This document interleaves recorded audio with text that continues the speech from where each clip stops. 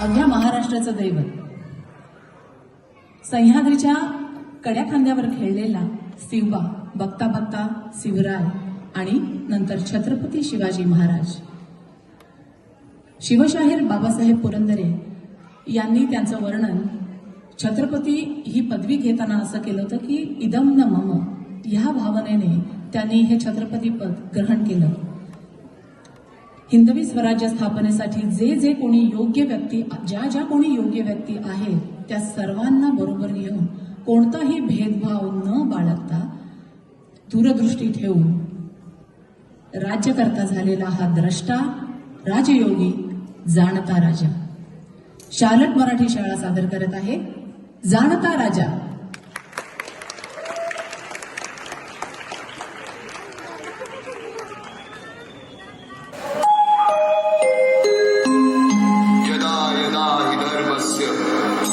ग्लानिर्भवति भारत अभ्युत्थानामधर्मस्य तदात्मानं सृजाम्यहम् परित्राणाय साधूनां विनाशाय च दुष्कृतां धर्मसंस्थापनार्थाय संभवामि युगे युगे संभवामि युगे युगे संभवामि युगे युगे.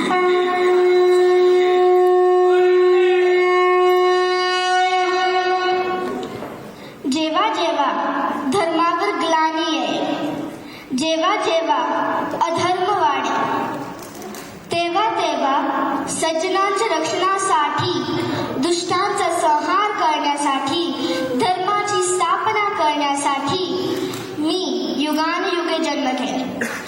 अशीच काहीशी परिस्थिती तेव्हा महाराष्ट्रात निर्माण झाली.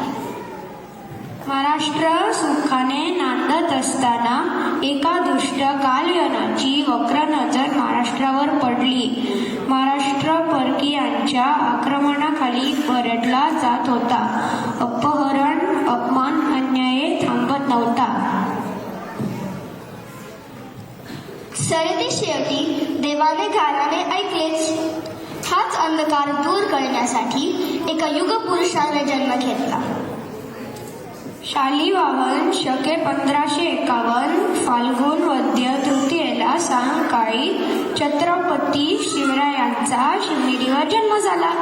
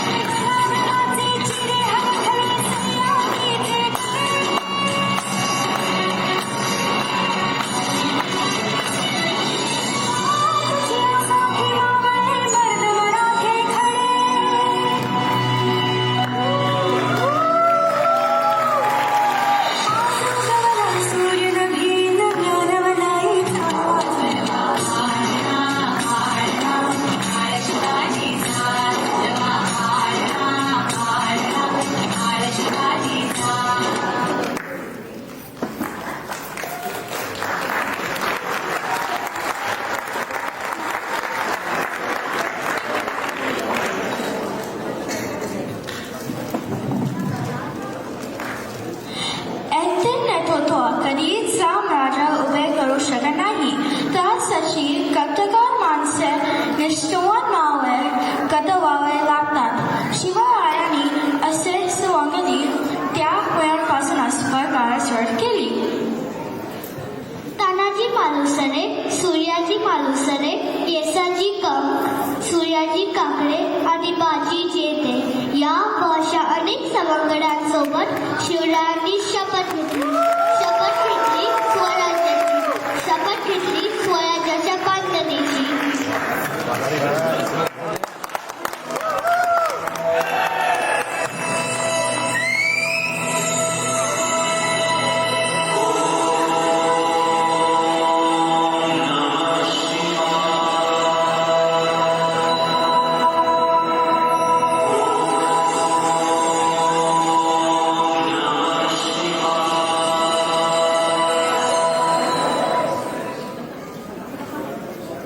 आम्ही मराठे यवनांची पीडा नष्ट करण्यासाठी हिंदवी स्वराज्य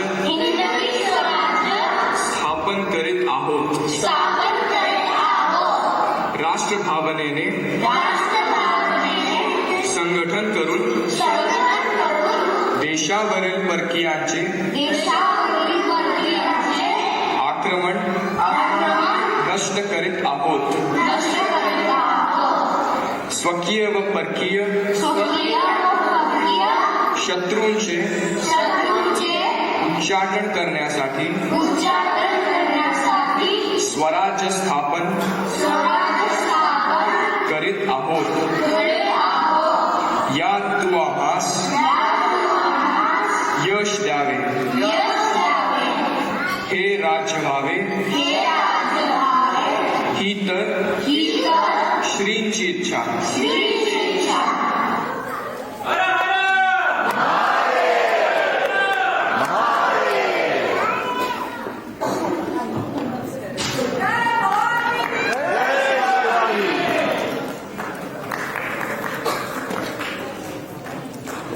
रायरेश्वरासमोर शपथ घेतली आणि स्वराज्याची घोडदौड सुरू झाली. तोरणा किल्ला घेऊन स्वराज्याचे तोरण बांधले. पुढे मुरुंब देवाचा डोंगर, कुवारी गड, सुभान मंगल, कोंढाणा, शिरवळचा किल्ला, पुरंदर आणि 12 मावळ स्वतंत्र झाला. पुढे राजाने पराक्रमाने चावडी सुद्धा घेतली. पण त्यानंतर स्वराज्यावर आले भले मोठे संकट. ते संकट म्हणजे अफजल खान.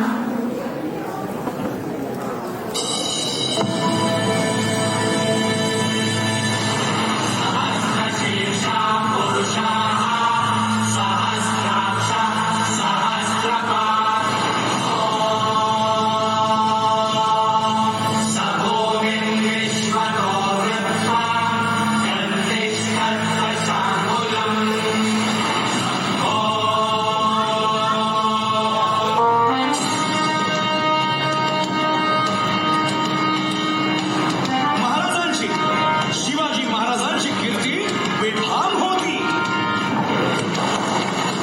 महाराजांची कीर्ती बेफाम, भाल्या भाल्यांना फुटला घाम.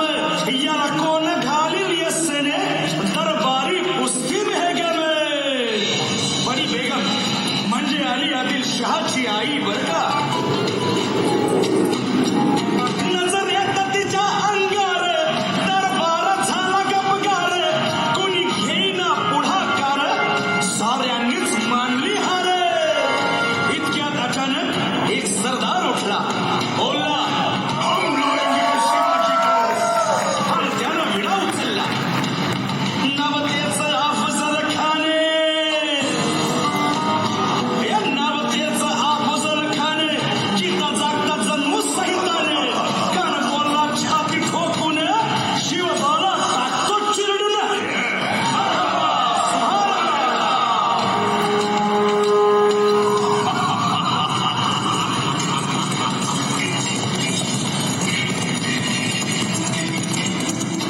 आता शिवबाचं काय खरं नाही. इकडं निजाम, तिकडं मोगल, पलीकडं इंग्रज. जो तो हेच बोलू लागला, महाराज आपला जीव मोलाचा आहे. खानाचं सैन्य अफाट आहे, त्याच्यासमोर आपला टिकाव लागणं अवघड आहे. काही दिवसांसाठी आपण कुठेतरी अज्ञातस्थळी निघून जाऊ. काय म्हणालात रायबा? मासाहेब, आम्हाला आमच्या जीवाची पर्वा नाही. राजांचा जीव वाचणं गरजेचं आहे. रायबा, शिवबा केवळ आमचा पुत्र नाही, तर अवघ्या मराठी जनांचा स्वाभिमान आहे. या मातेने आपला पुत्र गमावला तरी 72, परंतु भ्याडपणे पळून जाऊन या मराठी मुलखाचा स्वाभिमान गमावता कामा नये. अशा वाघिणी